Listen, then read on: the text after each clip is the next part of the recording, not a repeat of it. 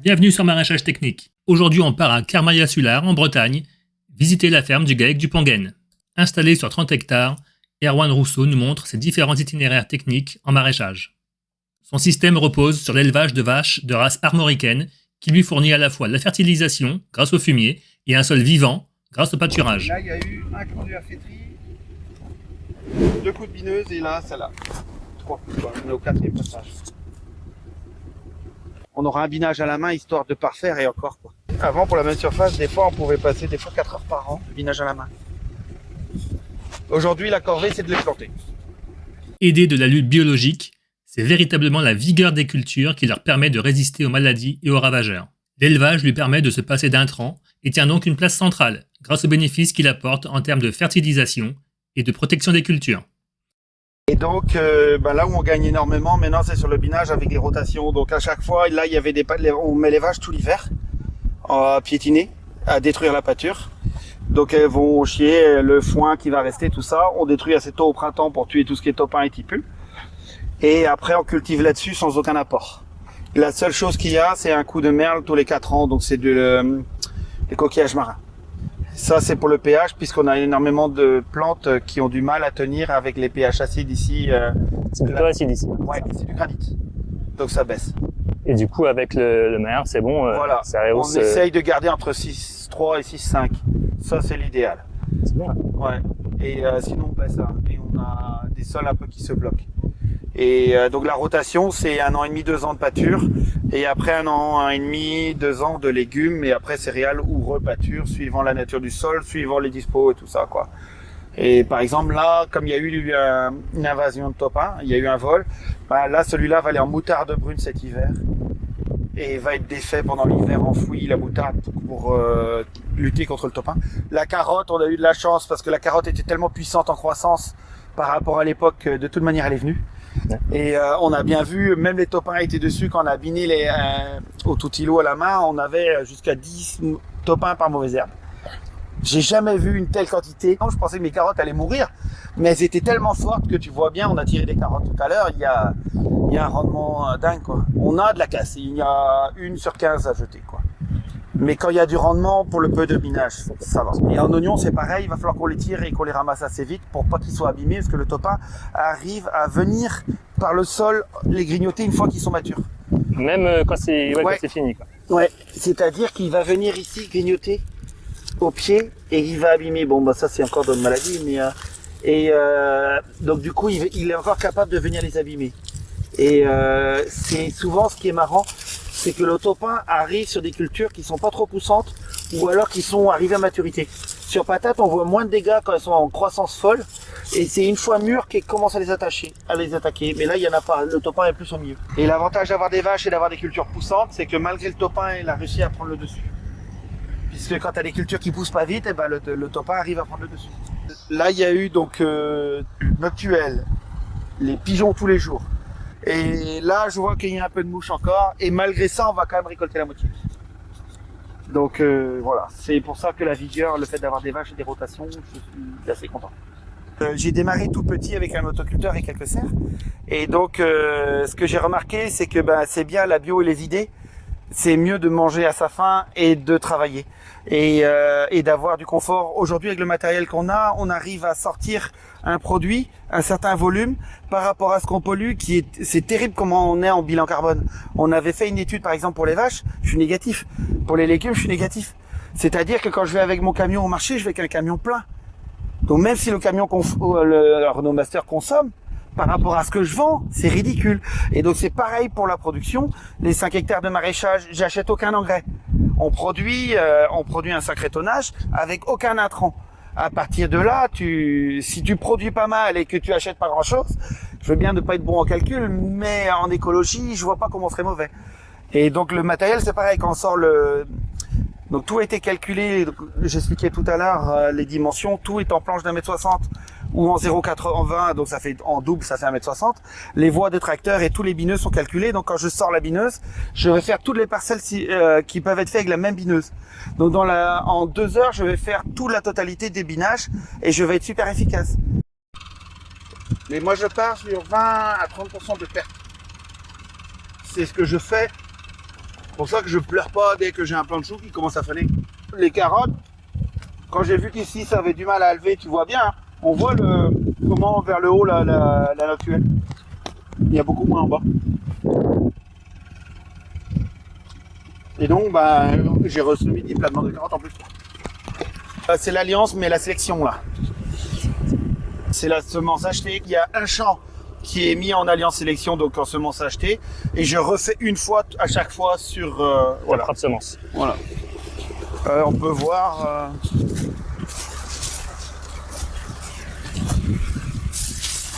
J'ai aucune idée du rendement, j'ai pas encore touché.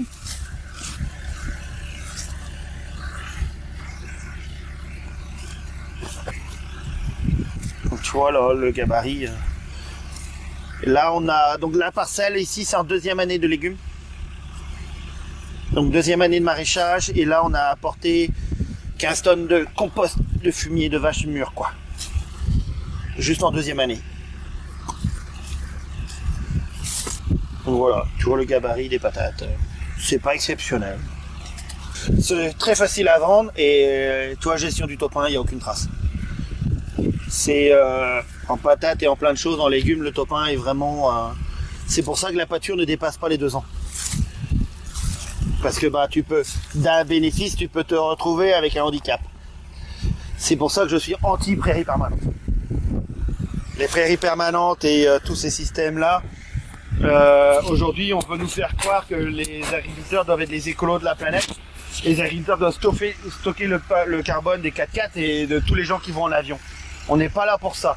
Nous on est là pour cultiver, nourrir les gens. Si en plus on peut le faire en bio et bien nourrir les gens, c'est déjà pas mal. Mais on n'est pas là pour stocker le carbone des autres. Nous, le carbone dans le sol, il doit travailler pour faire nos légumes.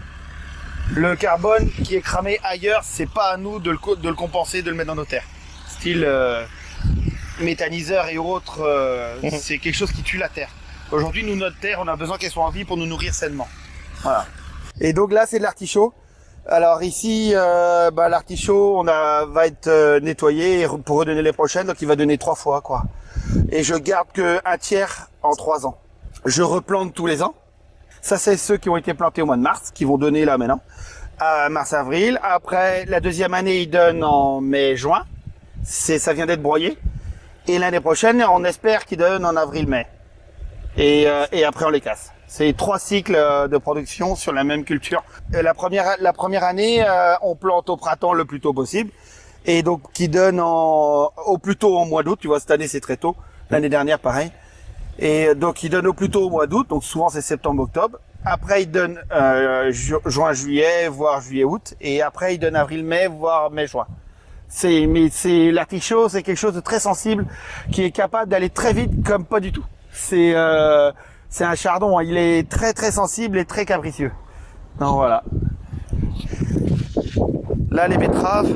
Donc ça, c'est les betteraves rouges de printemps qu'on met sur paillage. En motte. Ouais. On a des problèmes, c'est que ça va...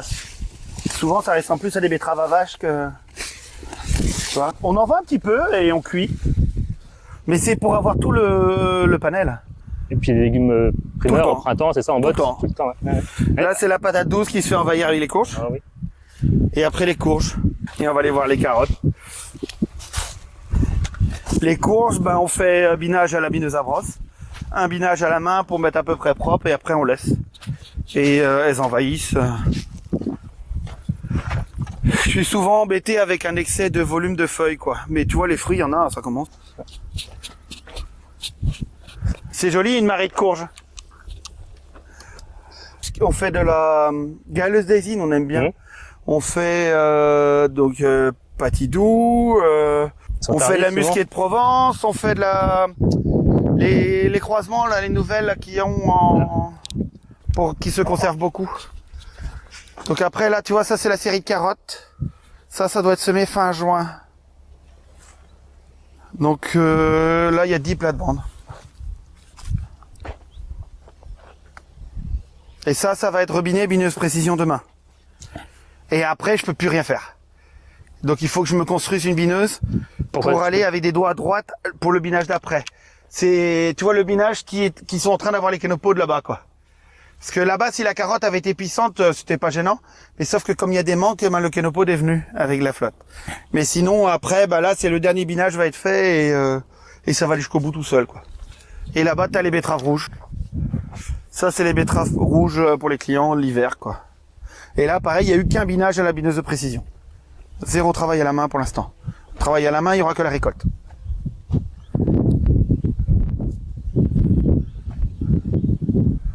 Et tu vois, la bineuse de précision arrive à biner les allées et tout. Hein. Et gros avantage, c'est que toutes mes cultures sont sur but, puisque j'ai quasiment que des champs humides ou des champs drainés. Ça essuie du coup un peu. Et... Ah ben, ça m'a changé la vie, hein. Cultirato et tout, hein. Ça m'a changé la vie. Le maïs, comme on fait des petites séries, on a fait en plat. Ça c'est du popcorn et là-bas du maïs doux. C'est 2 séries de maïs doux plantées à hectare. Tu vois. Pareil, avant on s'embêtait à les semer, mais j'ai pas de semoir. Et du coup on les a mis en mode et puis c'est plus rigolo. Et du coup c'est planté au tout îlot. Non, à la planteuse à choux. La planteuse super préfère. Tout ça est planté super préfère. Planteuse à choux à 80, tout est à 80. Mais ouais, en poireau, tu vois, c'est pas mal. Hein. Là, plantation, RC tri, 2 binages, et là c'est le 3e qu'on vient de faire. Donc là, je refais RC tri là dans 3-4 jours. Ouais, ce que j'allais dire, tu refais encore un passage là, ouais. Ce stade-là, c'est bon. Voilà. Oh, j'ai eu fait plus gros que ça. Ouais. J'ai eu fait, ils étaient le double. Et donc RC tri là, et après je ramène de la terre, 1 fois, 2 fois, et butage. Et on va passer juste à la main enlever les kénopodes. Ouais, bah oui. Histoire qu'il n'y ait pas trop de graines, mais non, c'est... Non, on a 2 fournisseurs. Je prends une partie chez Technosem, mais sinon il y a Lorraine plan B à Lannion. Je prends un peu de plan. C'est plus local. Ouais. Un plus petit producteur local, c'est ça, non? C'est pas par rapport à ça, c'est qu'elle fait pas les mêmes choses. Et Technosem, tu peux rien leur demander de différent. Ouais, bah sauf en prendre des grosses quantités peut-être. Non, non, il faut du détail, mais ce sera le même détail que tout le monde, quoi. Tu peux avoir qu'une caisse de salade de chaque sorte, mais tu auras la variété qu'ils ont en stock. Lorraine, je peux lui donner par exemple un grain d'oignon, elle fait mes plants d'oignon. Le rosé, je fais ma graine. Je suis rave rouge, ouais. Ouais. Ah ouais, on a commencé à faire ça, puisque le vert nous emmerdait souvent au printemps. Le vert, il a du mal à faire des jolis rames au printemps. Ouais. Et donc du coup, on fait tout au rouge, on s'embête pas, et c'est rigolo. Et les cocos, que le lièvre, il est toute la journée dedans depuis le début, donc... Il grignote au fur et à mesure, un petit peu. Il y en aura quand même.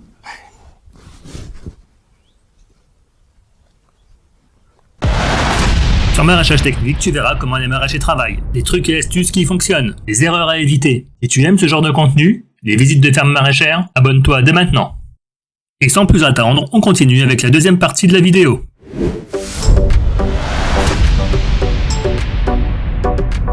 La barre de coupe. La barre de coupe là, je crois qu'elle fait 2,80 m, c'est une 6 assiettes. 6 ou 7 7 je crois. 7 assiettes.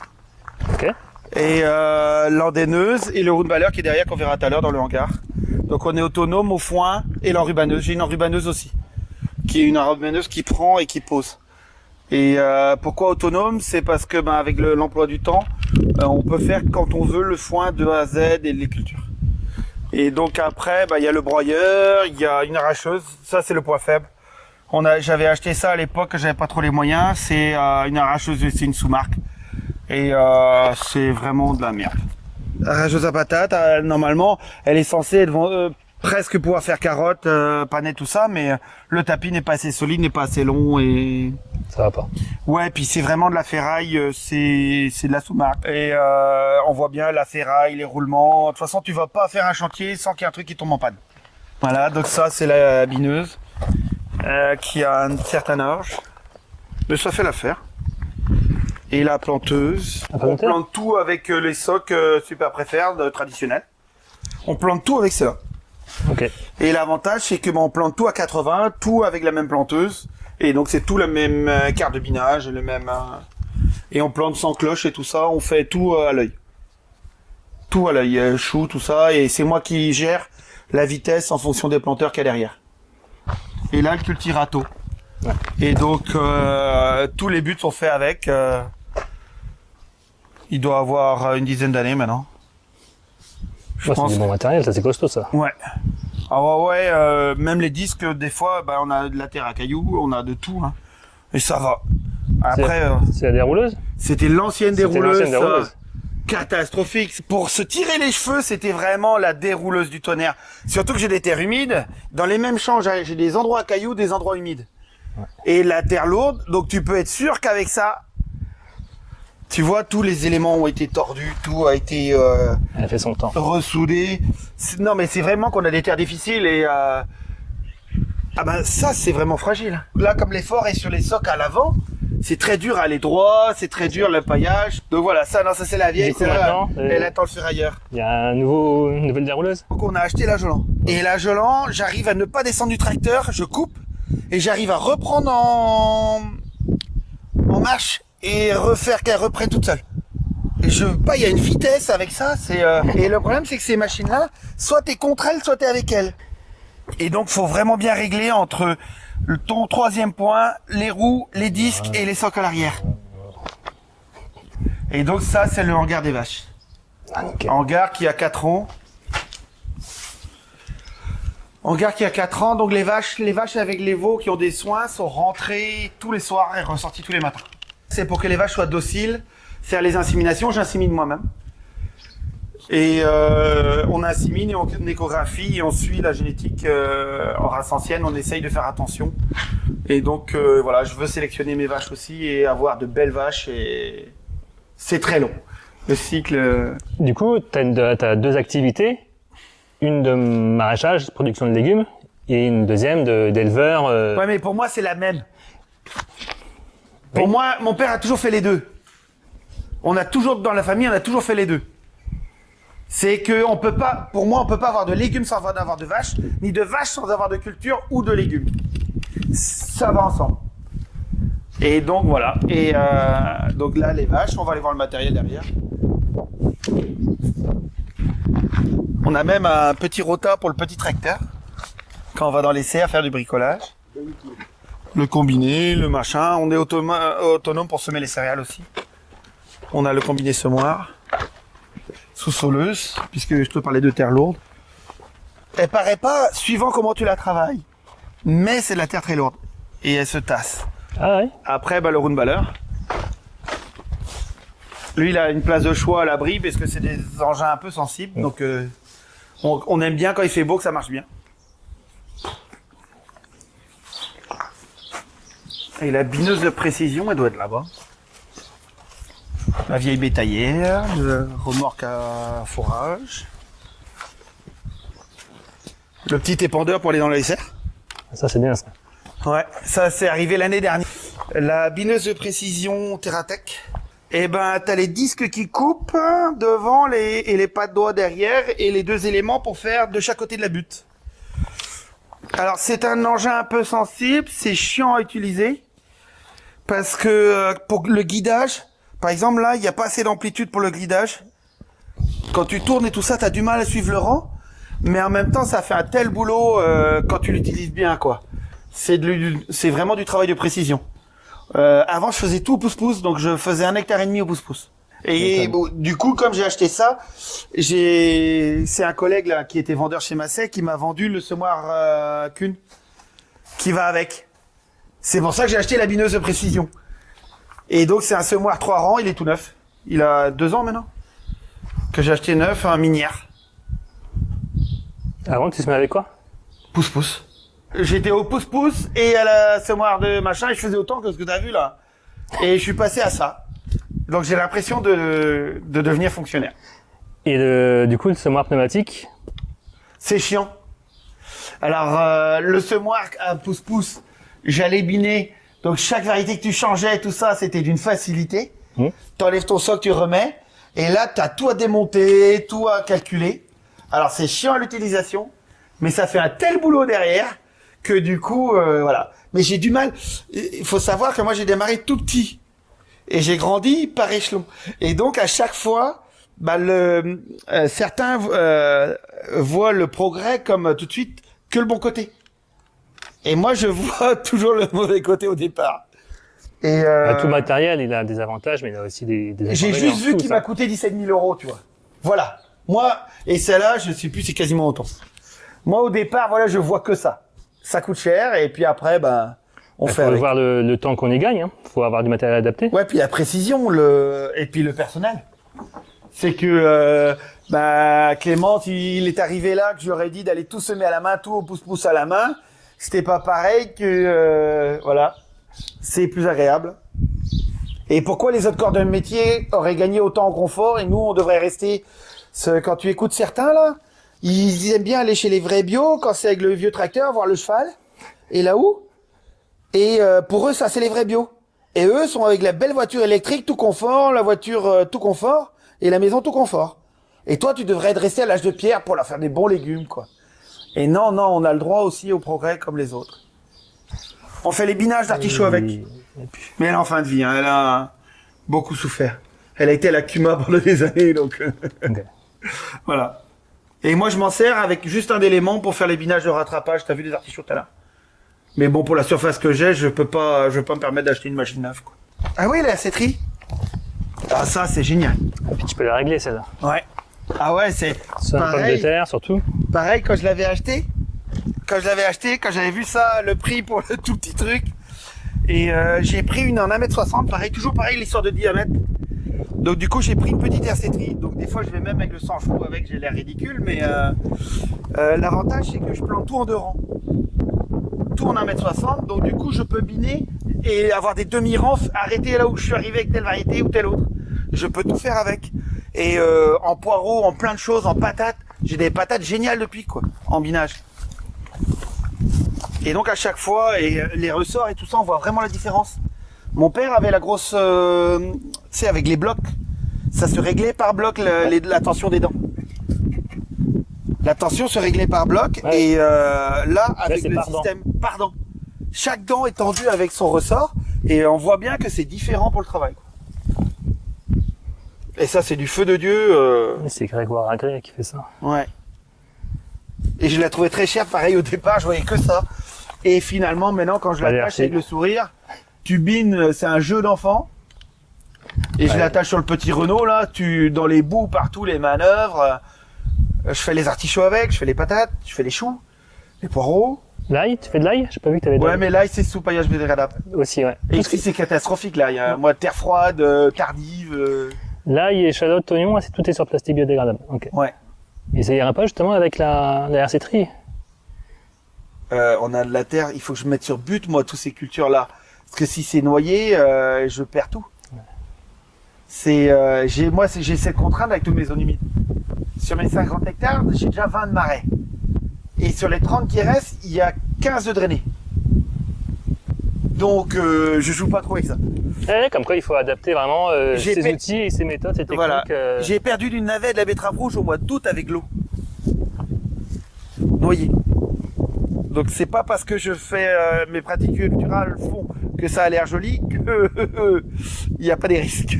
Ouais, puis voilà. c'est jamais facile. Hein. Ça c'est la faneuse pour le foin.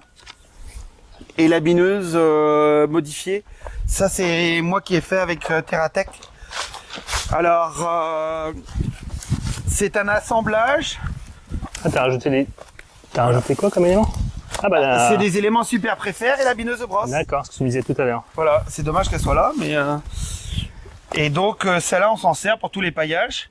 Donc j'ai modifié. Donc toi t'as acheté les 2 éléments Terratech Voilà. des brosses hydrauliques. Voilà. Et que j'ai installé sur des vieilles bineuses que j'avais. Ça, c'était une ancienne bineuse de précision qui était arrivée toute grippée, donc j'ai récupéré l'avant. Et j'avais acheté, au départ, j'avais acheté juste la poudre super préfère et 2 éléments normal pour faire les paillages, mais j'ai jamais réussi à faire. Et donc on a rajouté le guidage devant et les brosses. Et j'ai installé ça là-dessus, quoi. C'est dommage qu'elle soit dans l'herbe, mais qu'on a tout sorti du hangar l'autre jour. Et c'est vraiment sans sas, quoi. Et tu peux faire de la précision, mais t'arrives à balayer les mauvaises herbes qui sont en train de germer sur le bord du paillage biodégradable sans casser le biodégradable. T'arrives à faire des trucs Et pourtant, mon montage était hasardeux au départ. Mais ça marche du feu de Dieu. Si c'est efficace, hein. Alors, il y a l'ail et les oignons échalotes quand la terre est lourde qu'elle a du mal. Quand, sur les plantations très précoces où la terre va dure des fois avec la flotte. Mais autrement, c'est, et de toute manière, sur le deuxième ou troisième binage de paillage, on va fort dessus, on met les lames à casser, une fois que les plantes sont enracinées. Le paillage, on s'en fout. Donc après, on met à casser et on arrive à avoir. Plus agressif.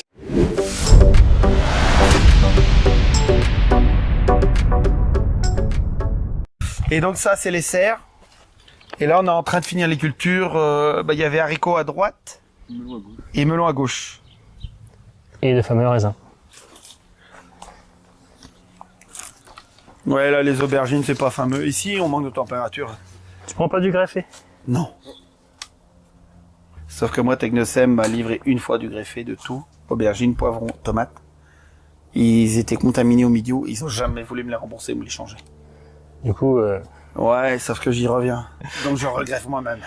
Et ben tu vas voir, là c'est les plants de tomates greffées. Moi c'est, si tu veux, c'est une livraison Technosem de melon qui était une caisse. J'avais vu ça sur une serre, livrée avec la maladie des racines là qui fait les racines neigeuses. ouais. J'avais pas ça avant, j'ai une caisse qui est arrivée là vers là, tout contaminé en un an. Et j'avais beau faire gaffe et tout, et depuis que j'ai eu ça, et ben c'est... Mais on arrive à avoir, mais cette année c'est vraiment le froid. On a eu un début de saison très bien, et là on a vraiment, quand ça dépasse pas les 15 aubergines, ils ont du mal. Mais ça, on va être obligé d'aller vers le greffage. Mais tu vas voir, j'ai greffé les melons. On a bien tourné en greffage. Et les tomates, je vais apprendre aussi. Et du coup, ça fait un métier supplémentaire. C'est ça qui est drôle. C'est que j'ai toujours appris à faire des nouvelles choses parce que par défi. Parce que j'ai toujours besoin d'apprendre pour garder le dynamisme pour la ferme. Et s'il y a quelque chose que je sais pas faire, ça m'énerve. De toute manière, il faut que je sache le faire. Là, tu vois les abeilles, j'ai des abeilles depuis 7-8 ans. Ça me trottait dans la tête. Mais non, il faut que j'arrive à être bon. Je peux pas ne rester sur un échec. Et donc là, tu vois les tomates greffées. Ça, c'est les premières qu'on a plantées, qu'on récolte depuis un bail.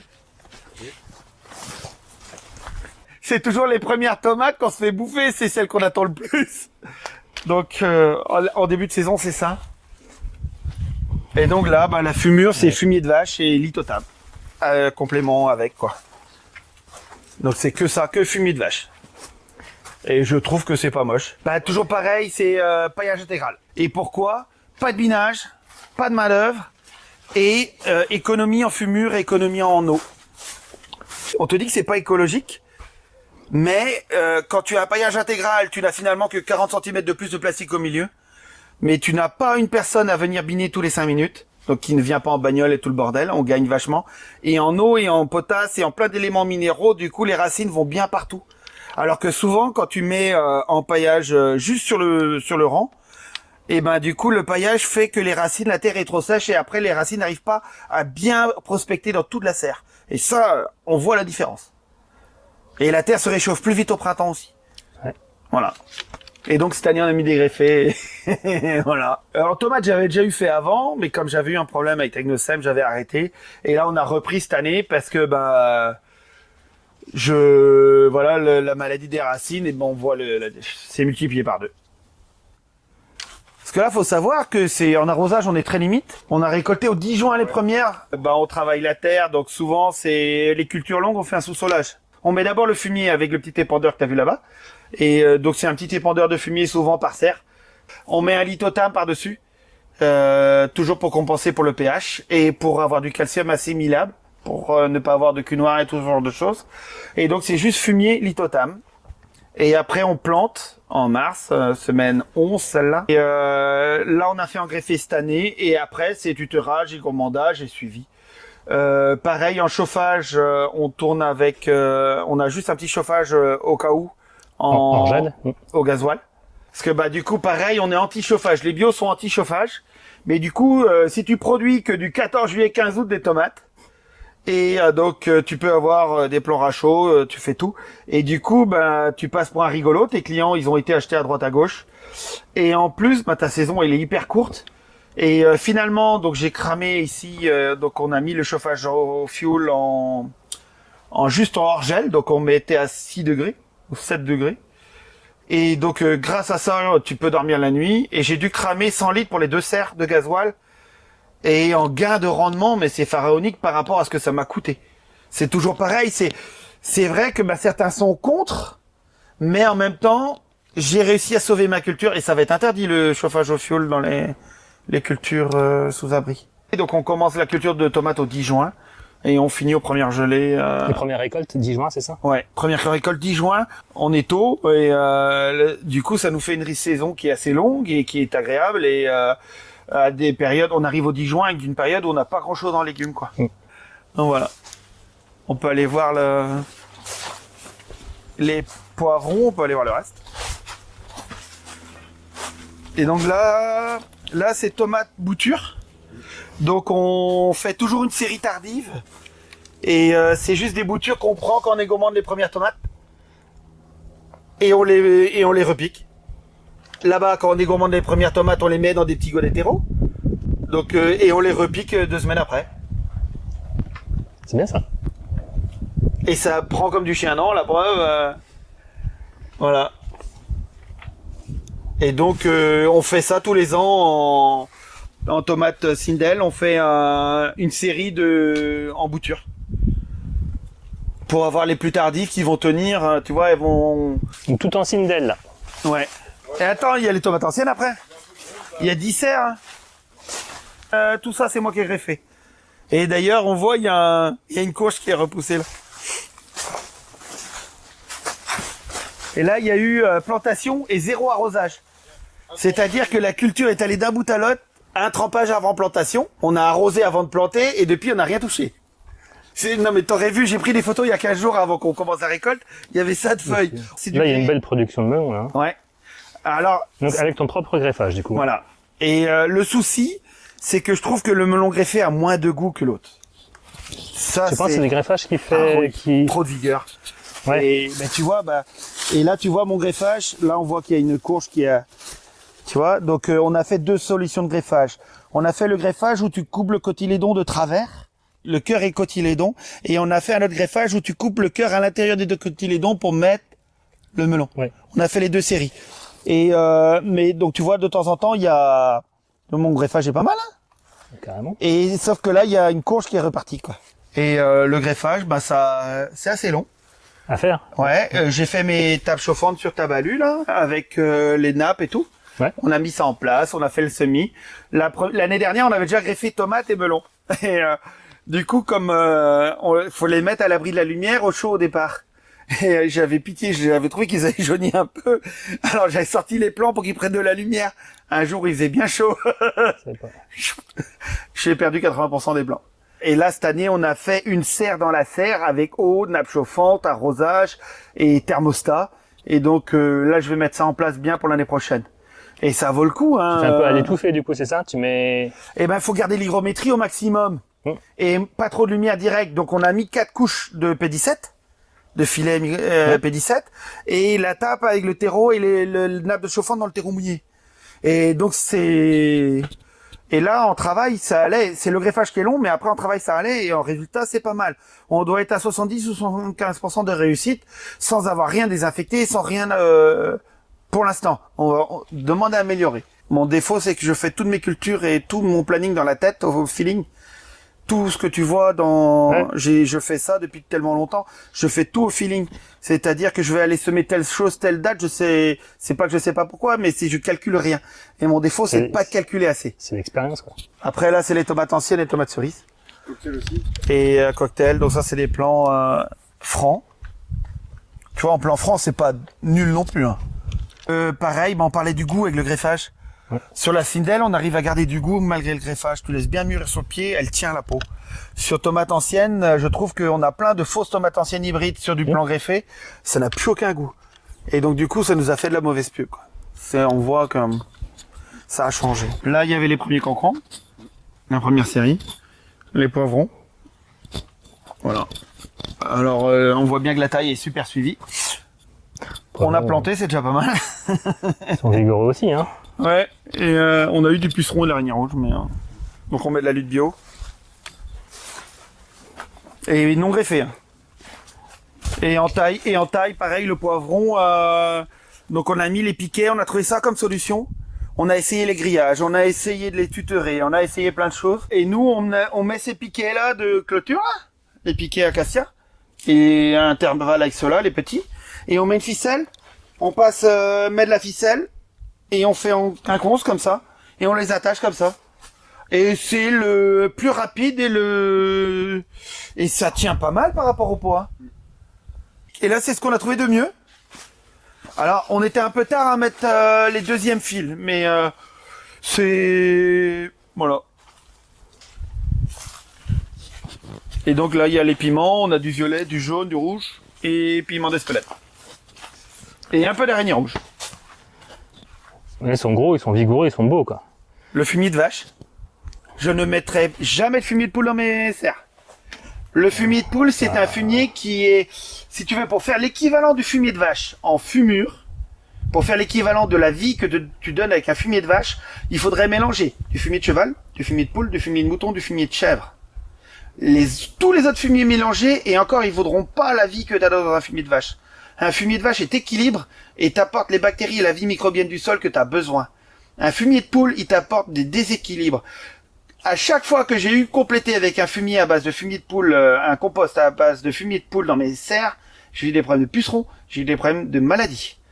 Avec le fumier de vache, on n'a pas ça. Le fumier de poule est trop azoté. Le fumier de poule est un fumier qui doit être mis en dose homéopathique pour les cultures qui ont besoin d'un effet flash. Mais en serre, c'est à jouer le feu. Le fumier de poule, c'est sur dehors, sur céréales pour donner un petit coup au printemps, sur pâture, tout ça, je suis d'accord. Mais, et sur la qualité des légumes, le fumier de poule n'a pas, il a trop de déséquilibre, azote, phosphore et minéraux, que le fumier de vache n'a pas, quoi. Le fumier de vache, c'est vraiment, le ruminant, c'est le ruminant qui donne le meilleur fumier, quoi. Et après, bon, bah, on dit bien les plaines fertiles de l'Ouest où il y avait des bisons. Et ils cultivent encore ces plaines-là, c'était là où il y avait des bisons, c'était l'équivalent des vaches. La terre est devenue fertile avec ces bestioles-là, quoi. Tu regardes les chevaux, par exemple le fumier de cheval, eh ben ça donne pas de vie. Tu regardes les pâtures où il y a des chevaux, au bout d'un moment il y a plus d'herbe qui pousse. Et c'est des animaux de steppe, c'est des animaux de pâture maigre, de terre maigre. Les biquettes et les moutons, c'est pas souvent aussi bien. Hein. Et donc la vache, on voit bien que la vache donne de la vigueur au sol et donne de la vigueur. Et j'ai moins d'écart de maladies. De toute façon, bah, les concombres là-bas, on a été envahi d'araignées à la plantation. D'araignées et odium, et on va récolter du concombre. C'est quelque chose qui normalement est quasiment impensable. Quand on les avait vus, on avait rigolé. C'est le fumier de poule a un déséquilibre pour les minéraux et par rapport à l'azote phosphore. C'est il faut mettre en petite dose et c'est jouer avec le feu. Voilà.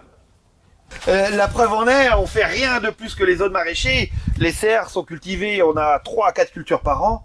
Et on travaille que avec du fumier de vache et ça fait que s'améliorer tous les ans. Donc on a des... À part le corky-root pour certaines cultures, et encore tu vois les tomates survivent, et on arrive quoi.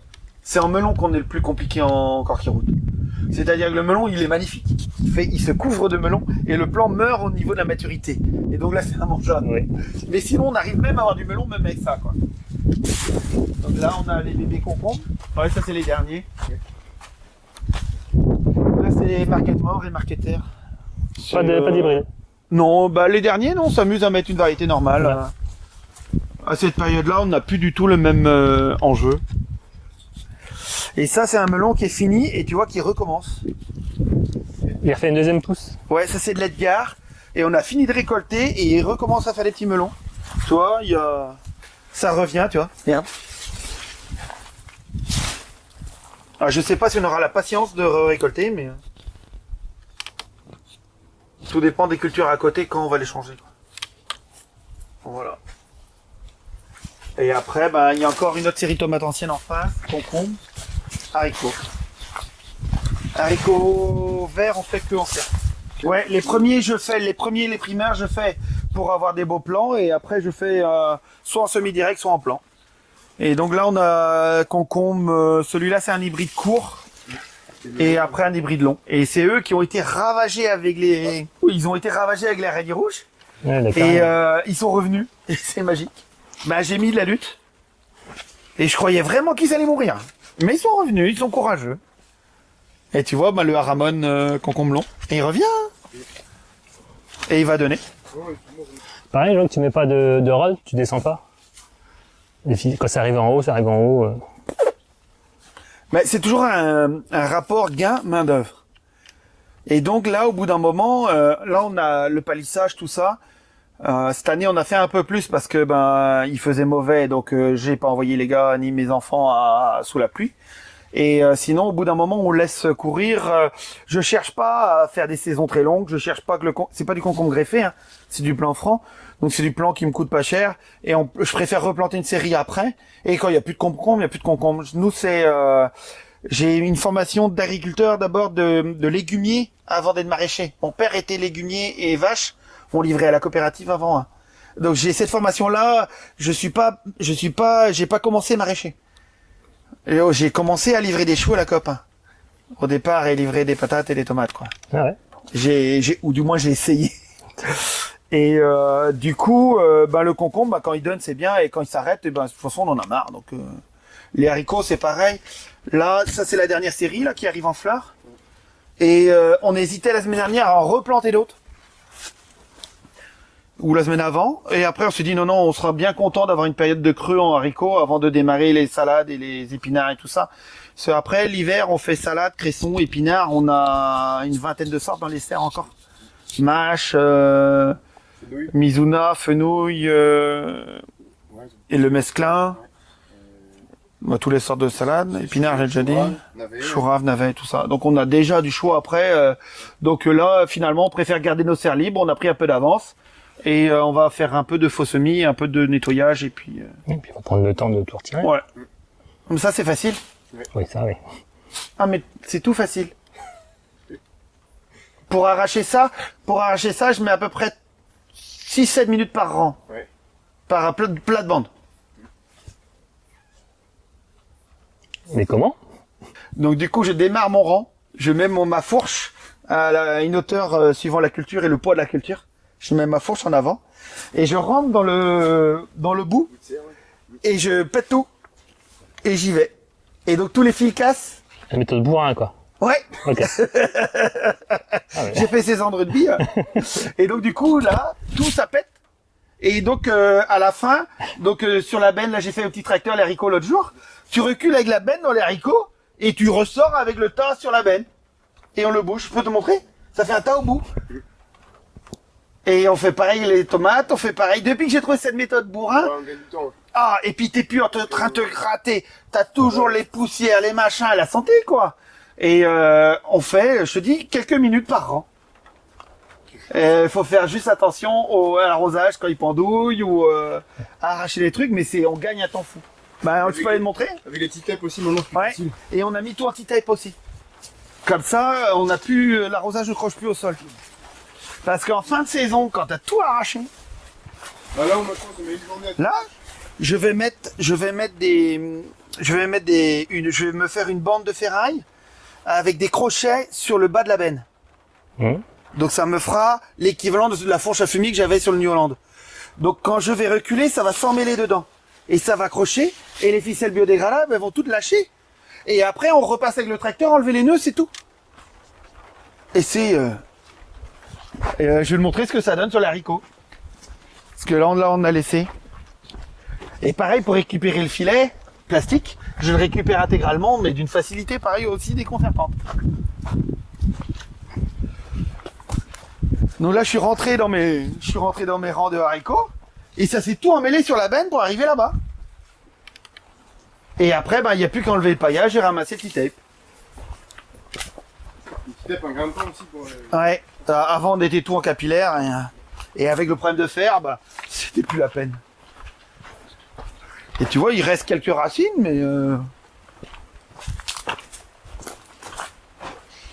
Tous les filets sont récupérés, et on les composte, on les met tout sur le même tas, qui est dans la pâture derrière, et je le secoue avec la fourche, tous les 15 jours, 3 semaines. Et au bout d'un moment, ça part comme des confettis, et le filet revient super propre. Avec la fourche au tracteur, tu secoues, Et donc je récupère tous mes filets comme ça, nickel. Je les ai sortis comme ça. Et d'une facilité. Et donc là, les filets, après on les prend au tracteur, au gars des griffes. Et on les met là-bas. On va aller voir les vaches quand même.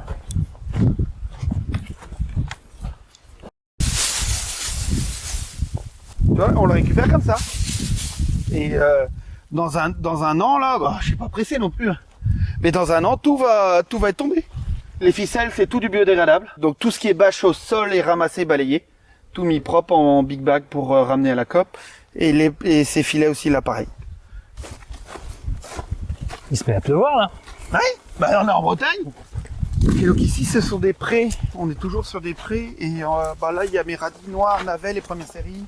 Courgettes, la dernière série. Et betteraves à vache. Et donc là, c'est navets. Navets boule d'or, navets normaux, radis noirs et radis chinois. Donc tu mets des filets, c'est pour La mouche. Et donc là, pareil, on bute. On sème au semoir à précision. Et il y a un binage à la bineuse de précision et c'est tout.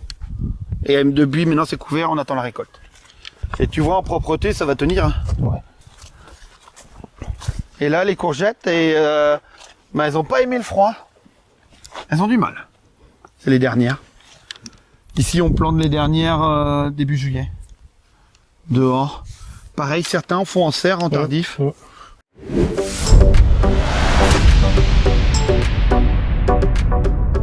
Et là, c'est les betteraves à vache. Là, l'itinéraire technique, pareil, c'est on les a plantés, binés une fois.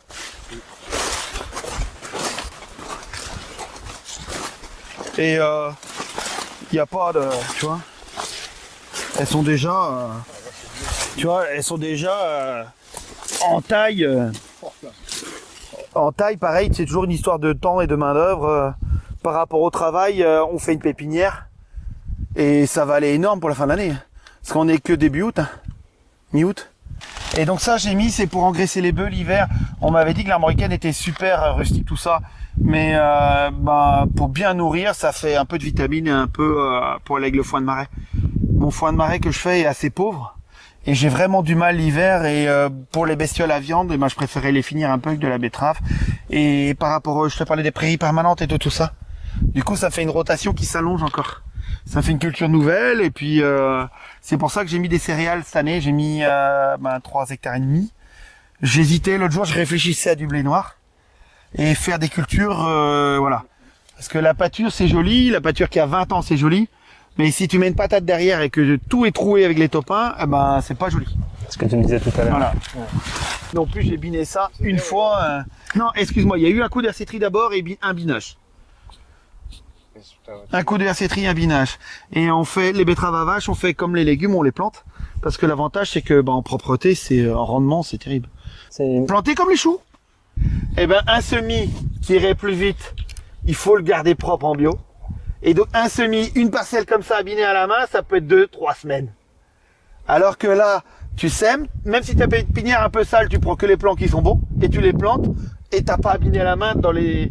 Faut vraiment être mauvais pour biner à la main en plantation. Et je les plante en plan racines nues, hein, donc ils sont déjà beaux. Donc ça c'est de l'or. Ouais. J'ai l'impression. Moi. De plus en plus. Hein. Et je l'ai pas à l'acheter. En plus. Puisque les vaches qui me font le fumier, je vends la viande. Donc c'est pas de l'engrais que tu achètes. Aujourd'hui, beaucoup de bio cultivent avec des déchets d'industrie et des déchets de tout. Qu'ils rachètent à 1,50 €, 2 € du kilo. Et donc tout ça, ce sont les déchets d'abattoir, les déchets de... Donc c'est que les 3/4 des engrais en bio sont faits à base de farine de poudre d'os, de farine de viande et déchets d'abattoir. Ou alors des déchets de bâtiments industriels qui sont compostés, ils deviennent... À une époque, c'était ça. Alors que, donc du coup, tu mets tous ces déchets d'abattoir et déchets d'industrie pour cultiver des bons légumes bio chez des gens qui n'ont pas d'élevage. Alors que finalement, moi je suis plus bio puisque la viande je la vends pour les gens pour la manger et les engrais que je mets dans mes terres c'est juste le caca des vaches avec les bactéries et tous les éléments qui font. Et la merde de vache quand elle est compostée, c'est ce qui se rapproche le plus de un peu dans sous-bois de ce qui peut être le compostage naturel. Donc un bon compost qui n'est ni trop mouillé ni trop avec des vaches bien nourries, il va aussi nourrir ton sol en bactéries, en champignons, en tout ça quoi. Et en pâture, on travaille en multi-espèces. Je sème toujours entre 8 à 10 espèces dans les pâtures. On a du lotier, on a du trèfle blanc, nain, on a donc fétuc, dactyle, raigrats anglais, raigrats d'Italie souvent, pas partout, trèfle violet pas partout, fléole, pâturin. Et on essaye de faire un bon mélange pour avoir à peu près toutes les espèces. Après, il y a toujours certaines espèces qui dominent d'autres. Mais bon, tu vois bien, là c'est le lotier corniculé qu'on voit en fleurs jaunes. Donc ça c'est pour mes abeilles aussi. Et donc voilà, ça c'est des armoricaines. Race du centre-Bretagne. Elles sont quasiment toutes dressées au licol, dressées à la tâche. Et j'essaye de les manipuler dans le sens où c'est peut-être des animaux à viande, mais quand elles sont manipulées, quand elles sont dressées, elles sont beaucoup plus faciles pour le travail. Et peut-être qu'elles vont à l'abattoir, mais le temps d'aller à l'abattoir, on s'en occupe bien. Quand ils viennent me prendre la tétée, regarde, ils ont le nez blanc. Ils savent pas boire proprement.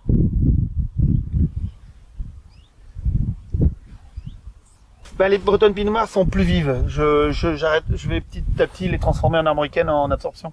Je les insémine qu'en armand. Parce que les bretonnes, en caractère, moi ça passe pas. C'est... Et donc tu vois bien, elles bougent pas.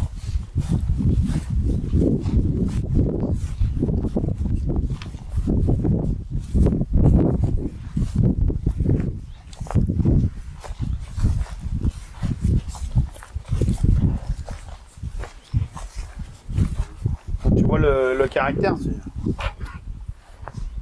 Puis en plus je sélectionne là-dessus, hein, sur la douceur. Et ce qui est marrant, elles ont beau être très douces. Quand le chien arrive, elle le défonce. Ah, mon chien là, elles n'arrêtent pas, elles s'acharnent dessus. Ma fille. C'est Pétunia. Toi, elle est méchante. Et ce qui est rigolo, c'est que les gens ont du mal avec les cornes, ils ont peur des vaches quand ils ont les cornes. Et moi, je les laisse croire qu'elles sont méchantes quand ils ont peur des vaches. Mais...